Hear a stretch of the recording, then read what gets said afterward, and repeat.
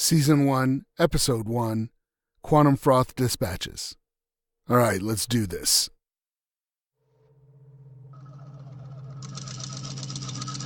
Five, four, three, hands on keys, turn.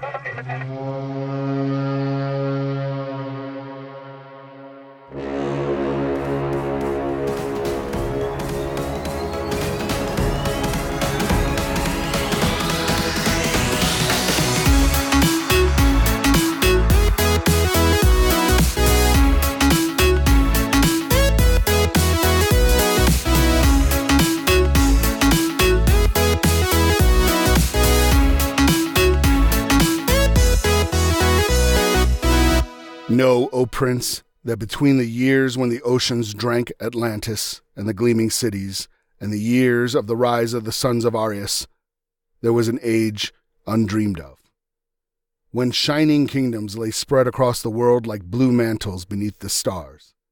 Numidia, Ophir, Bithynia, Hyperborea, Zamora, with its dark-haired women and towers of spider-haunted mystery. Zingara, with its chivalry. Koth, that bordered on the pastoral lands of Shem, Stygia, with its shadow-guarded tombs, Hyrcania, whose riders wore steel and silk and gold. But the proudest kingdom of the world was Aquilonia, reigning supreme in the dreaming west.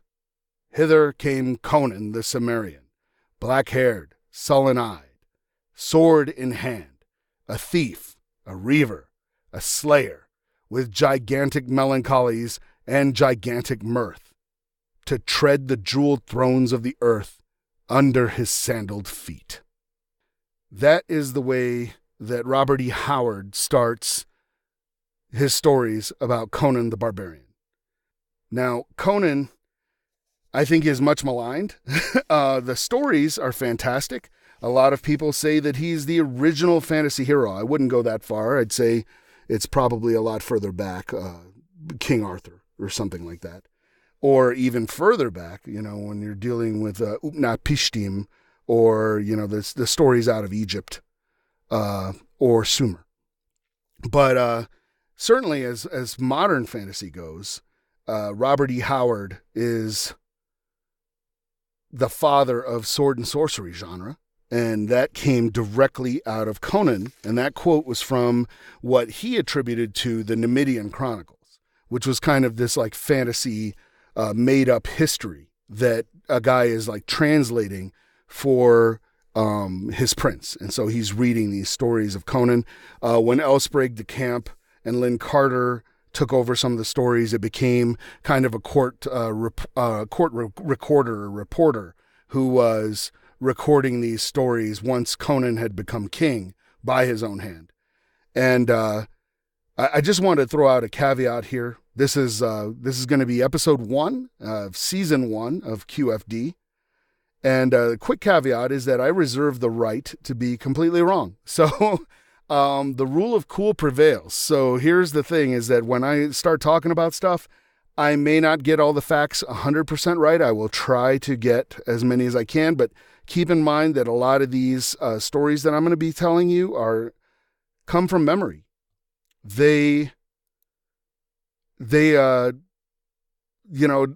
may not recall things exactly as they happened, and I'm going to try to do as much as I can to recall as accurately as I can. But if a story is cool, it may or may not be true, but the rule of cool prevails, and we're going to go with that.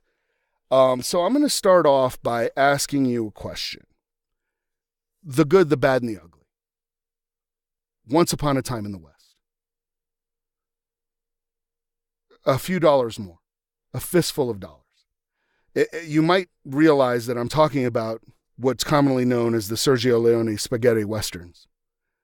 And would you consider those classics, or bad movies, or a guilty pleasure? And why I'm asking you that question is because I think Conan the Barbarian, the 1982 John Milius version, the vehicle that gave Arnold Schwarzenegger his start, I think it is a spaghetti fantasy film. Even though it did not have an Italian crew, it was filmed in Spain, with Spanish crews and stuff along the same lines. It has a lot of qualities, especially in the dialogue being heavily overdubbed that these spaghetti westerns had, along with the Spanish backdrop and everything like that. If you watch the movie, it has more in common with Once Upon a Time in the West, or The Good, the Bad, and the Ugly, than it does with, say, The Lord of the Rings, or even its own sequel, Conan the Destroyer, which came out in '84, I believe, a couple of years later. So it's just kind of an interesting observation that I made. And Conan gets maligned a lot. And I'm going to just use shorthand. When I say Conan right now, I'm either talking about the character or I'm talking about the film from 1982. I will be more specific if I'm talking about the Universal Theme Park show or the 2 cartoons that were out afterwards. And you have to wonder, who are they marketing this to? Because Conan is a hard R. Conan the Barbarian in 1982. Now, by today's standards, the violence in it is run of the mill. You see worse stuff on Game of Thrones. Same with the sexuality. They don't show a lot. But in 1982, when it came out, Conan the Barbarian received 3 X ratings before it was given an R, and they had to cut it over and over again. So it was not a film that I think people were ready for. It's definitely a product of its time, but I think it holds up well. And I'm going to make an argument about that. That's what this episode is going to be about. So let me just get my bearings here on my notes for a second. So I would say that Conan the Barbarian is not a guilty pleasure, and it's not a bad film. It is simply a pleasure. And at the time when I was playing it and everything, I had just gotten into Dungeons & Dragons. I'd been playing it for maybe a year. And Conan was the first film I saw that really captured the D&D experience. Now, there had been some fantasy films before that. But one of the things that the fantasy genre seemed to do, especially when they leaned toward sword and sorcery and stuff, was they kind of winked at the audience. They kind of just were like, hey, we know this is silly and there's guys running around in loincloths and stuff, but just wink and go with it. You know, it's going to all work out. It'll be great. Just hang on, you know. And that's films, I would say, like Conan the Destroyer is a perfect example of that. Some of the way earlier, Sinbad films, you know, the Harryhausen Sinbad films, which were just absolutely fantastic. They kind of had a camp quality about them, you know, that Conan did not. Conan has almost like a historical, like they took it very, very seriously, and it never winks at you. And even though some moments don't hold up well and they come across as campy now, at the time they weren't campy at all. So they're coming across as campy because it's been, 30 years.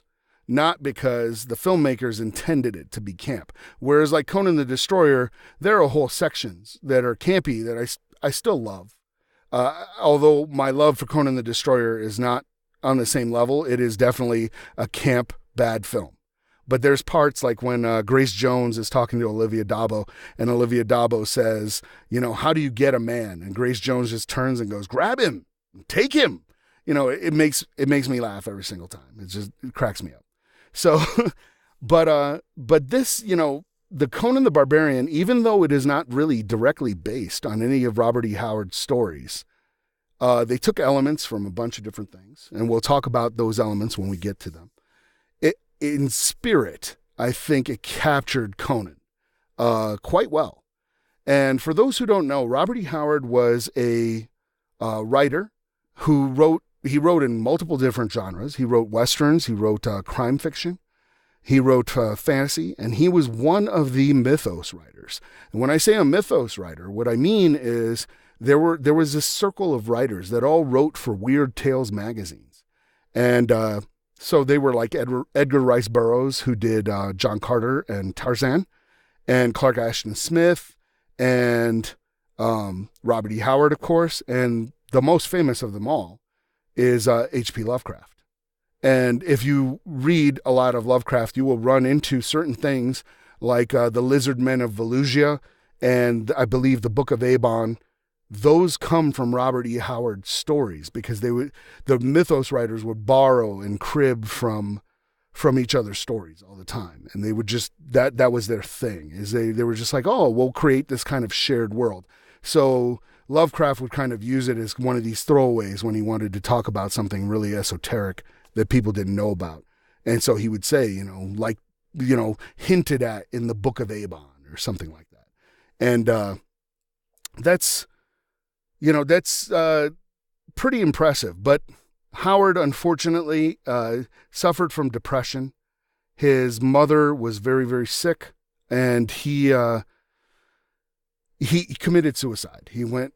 She got into a coma, which they told him that she would never recover from, and he went into his car and shot himself. And that was the end of that. And we only got a handful of Conan stories, which he wrote at a furious pace. And when people asked him why he was writing it at such a furious pace, he said that it was as if Conan were standing over his shoulder, watching him, and that he was going to kill him if he didn't write his story.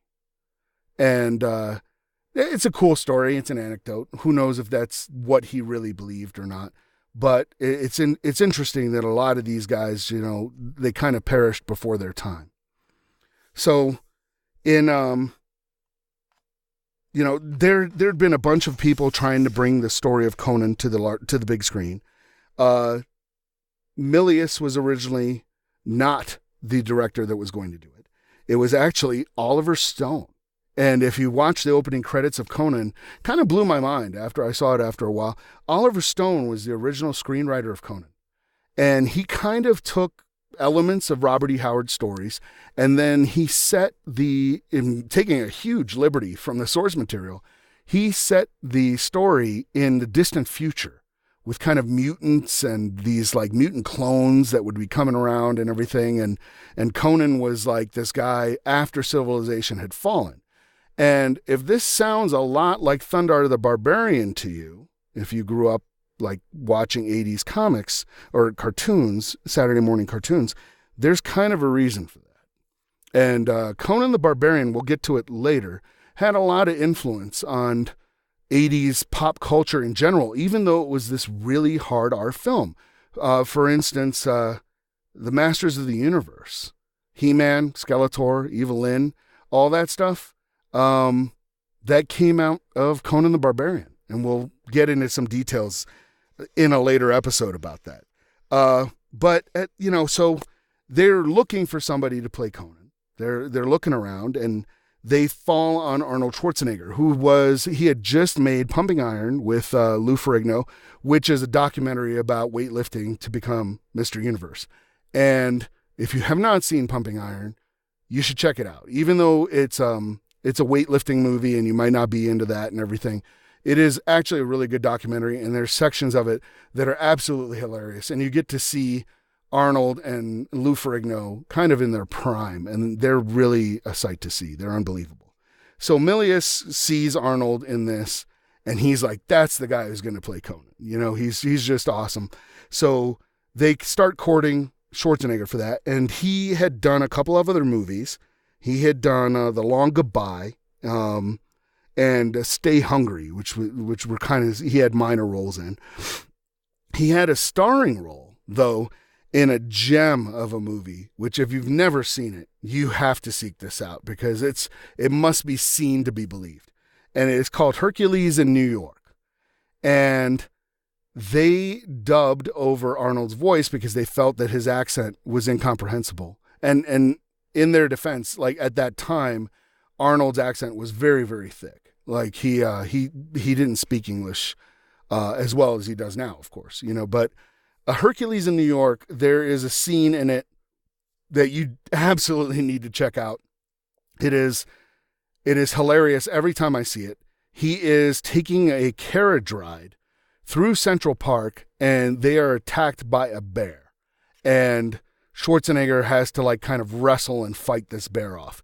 And it has to be seen to be believed. I'm not going to tell you anything more about it. Just seek out the movie relish the voice that they chose to dub Arnold because it's brilliant, and check out the bear attack scene, and it might be on YouTube. That way you don't have to suffer through the whole film. But he did that. He grabbed that.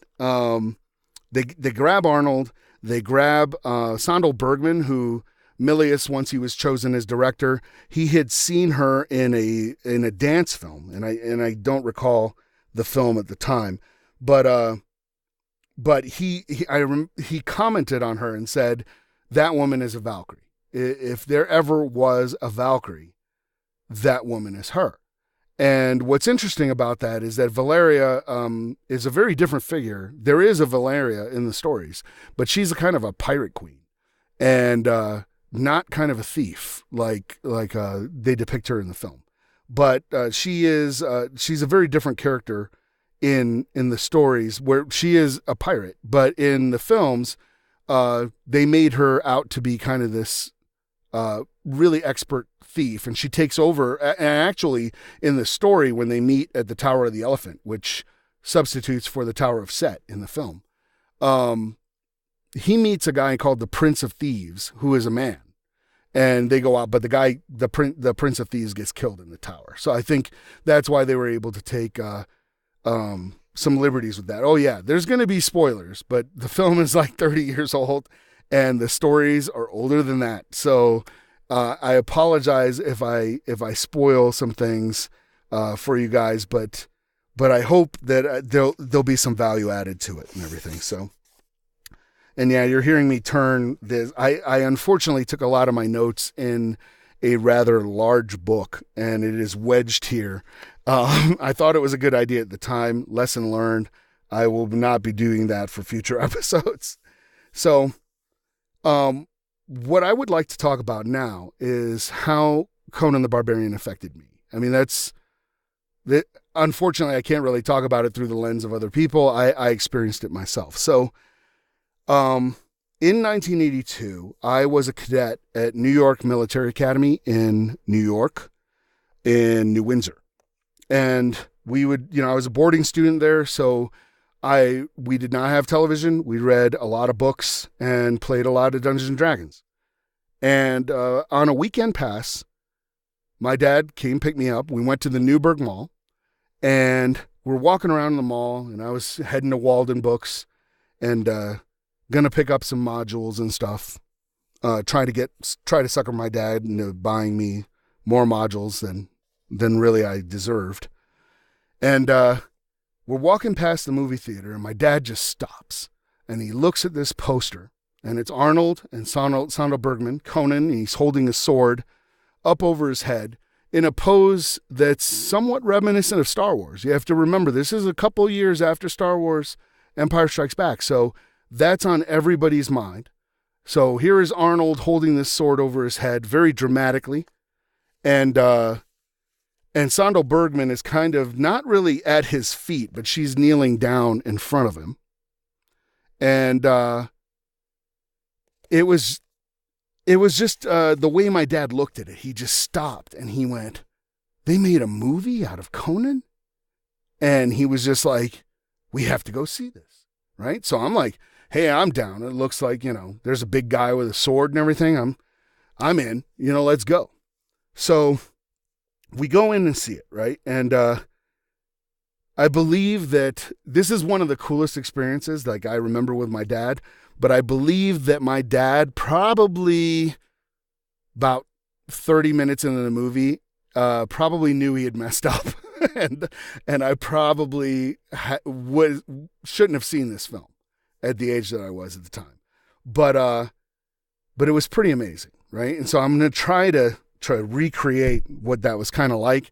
And also throughout this podcast, if I start doing voices or anything weird, I'm sorry about that. I apologize in advance, but this movie had a really huge impact on me, and I really adored it. So we go in, we sit down, you got your popcorn and everything. Everyone's just crackling their popcorn open and, different candies and stuff like that. And there's some movie trailer comes up and who knows what it was for.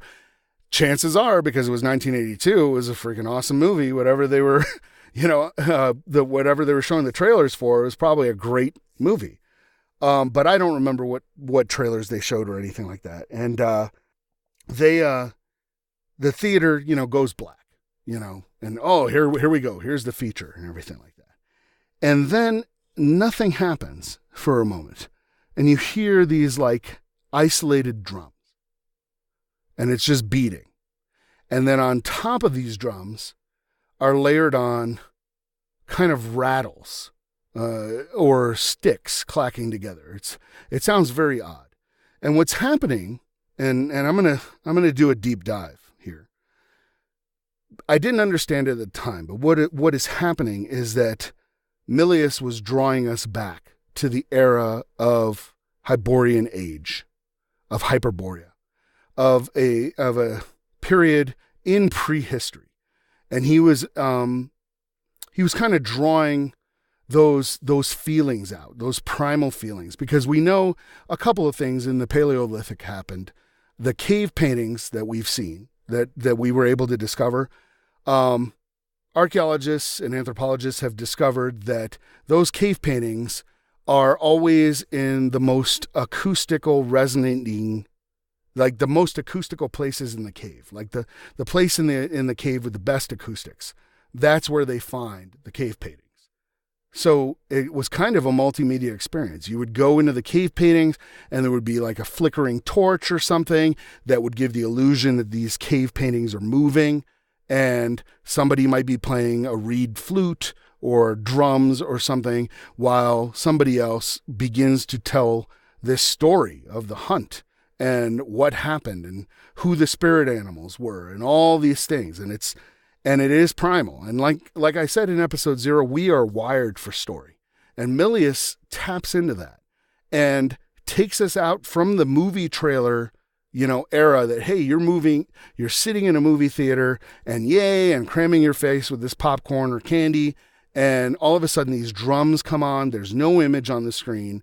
There's just these bone rattles going on. That's it, right? And it's silent. And the theater was dead quiet. I remember this, like no one knew what to expect. And as a side note, this kind of just popped into my head. We're kind of redoing that experience now. We're revisiting what our ancestors did. Only when they were in caves praying to gods, we're in man-made caves kind of doing the same thing. They were observing the play of light on the walls. We're observing the play of light on the walls. They were worshiping gods. We might not be worshiping gods, but the gods haven't changed. They're named Thor and Diana. They're there. They're on the screen. We just tell ourselves that, well, that's just a made-up story now. But it's the same thing. So anyway, that's a little segue. I can probably need to write that down and explore that a little bit more and try to figure it out. but there's definitely something going on there. Anyway, going back to this, right? So we have this scene with the drums and the kind of rattles and everything just going off and everything. And then up comes words. And you see this really interesting font, and it says, "That which does not kill us makes us stronger." Nietzsche. Well, I'm not going to say how old I was at the time, but I certainly did not know who Nietzsche was at the time. And in fact, I got into Nietzsche because of Conan the Barbarian, because of the things that I saw and experienced in that film. Now, interestingly enough, the quote is actually wrong.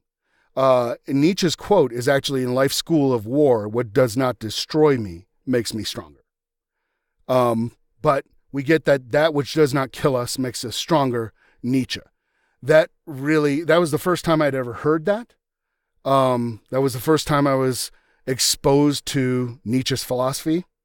And it frankly blew my mind. I was just like, oh man, that makes a lot of sense, right? So we get that word coming up, right? And then slashing across the screen, the light hits you and it's fire, right? And it just slashes diagonally across the screen, and this powerful drum music with horns. It's just driving, comes on, right? And you're just like, whoa. And it's almost overloading your senses contrasted to before that, you know? Oh, and before the fire comes down, you get the storyteller, right? You get Mako. And I'm going to do a really bad impression of Mako right now. But you get the drums, you get the piping, and then you hear, between the time when the oceans drank Atlantis and the rise of the sons of Arius, there was an age undreamed of. And he starts telling you about Conan and how he's the only one who can tell that story. Now, we don't know why he's telling the story. We don't know who he is. We don't know anything else, right? But then he says, he ends his little monologue, which is different than the one I started the podcast with. He ends it with, let me tell you of the days of high adventure, right? So he's making you a promise. And that's a really important fact if you're a storyteller. If you're an author, you're promising somebody that before they even buy your book, it's going to be a kick-ass story. If you're a filmmaker, you have a trailer that can help you. Hey, this is going to be a good story, right? But you can't fumble. And unfortunately, a lot of films nowadays, they fumble for reasons of their own we'll explore in a different podcast. But they fumble. And they break that promise between the storyteller and the person who's receiving the story. And that leaves people with bad taste in their mouth, and you get all kinds of different stuff, right? So, and we'll analyze that in a future podcast. But he makes you a promise. Let me tell you of the days of high adventure, right? So this is not normal adventure. It's not run-of-the-mill stuff. It is high adventure. It's better than anything you've ever seen before. And then right when he finishes that note, that's when the song comes on. And the song, which you don't know, of course, because you're sitting in the movie, is called Anvil of Crom by Basil Poledouris. And this soundtrack for Conan the Barbarian, if you've never heard it, it is probably one of the top 10 iconic soundtracks a film ever made. It is absolutely unbelievable. I don't think that in my own personal experience, I'd experienced the soundtrack on the same level as this until I saw Gladiator. This soundtrack sounds like nothing else. It is frankly incredible. But Anvil of Crom comes on and it just starts going, right? And you're off on this adventure. And what happens is you realize that the fire, which comes down and it's liquid, is not really fire at all. It's molten steel. It's a sword being poured into a mold. And then they walk you through a montage of of how this blacksmith, who you don't know, they don't introduce anybody. You see this blacksmith making this sword. They're forging weapons. You have no idea who they are. What's important is that it's not just a blacksmith. There is a woman there who's quite beautiful. You have no idea who she is. And she is also making the sword. Like, she's not hammering it. She's not working the bellows, but she is working all the detail work, all the wrapping and everything. So you know that this man and woman are working in concert. And that is very, very important. So you've got the masculine and the feminine aspects working in concert, the yin and the yang, to create this weapon. And you still don't know who they are. They could be the Aesir creating, weapons for the Norse gods. You have no idea who they are. And then towards the end, they show you that there's a little boy watching them make the sword. So the sword becomes a symbol of family. It becomes, it's like, this is what is going to defend our family. This may provide for our family, but everybody has a hand in making it. Even though the kid is not actually making the sword, he is observing it, right? So this is all within, I don't even know, the first 5 minutes of the film or whatever. And interestingly enough, the runes that are written on the side of the sword are "Suffer no guilt, ye who wield this in the name of Crom." And Crom is Conan's god, which we now segue from that film, or from that sequence into a sequence that takes you up in the mountains. It shows these peaceful mountains, and you hear a flute, some woodwinds anyway. It may not be a flute. I don't know my instruments. I'm not a orchestraologist or whatever we would call that. But it is much softer than the brass horns that we heard before. And it is showing this mountainscape, and it is a blue screen scene. And even nowadays it really tells. But even when you saw it in the theater originally, you could see that it was a blue screen, that the actors weren't really there. Well, they're not meant to be there. They're, it's kind of an ethereal, otherworldly thing. And it's Conan and his father, and they're sitting down, and he's telling him about theology, and he's telling him about Crom, their god, and how essentially Crom is a god quick to anger. This is the only explanation we get for Crom, is that Crom is quick to anger. He kind of, is an uncaring god, and he lives in his mountain. That's what we figure out, right? And so he tells Conan that there's this whole story that that Crom knew the riddle of steel, and that these giants came into the earth, stole the secret of steel from Crom, and took it out. And Crom didn't even pursue them. Crom let them get away. In the story, he says fire and wind struck down these giants and cast their bodies into the waters. And so Crom just let them get away with the secret of steel. And then when fire and wind killed the giants, they leave the secret on the battlefield. And men find it. Apparently, Conan's people. So they know how to make steel swords. And that becomes important later on when Thulsa Doom, who is the villain, shows up and he's looking for steel swords. Now, keep in mind, this is Hyborian Age. This is ostensibly pre-Iron Age. This is pre-recorded history. So a steel sword back then would be pretty incredible. It would cut through just about anything. So he tells them this whole theology, but the most important part of that scene is at the very end of the scene. He tells Conan, he says, no one in this world can you trust. Not men, not women, not beasts. Then he shows him the sword, and he's like, this you can trust, right? So immediately after that line, we get a bunch of horns. It's almost like heralding the arrival of something. And I hate to leave it right there, but it's to keep these episodes manageable. We're going to have to leave it off there.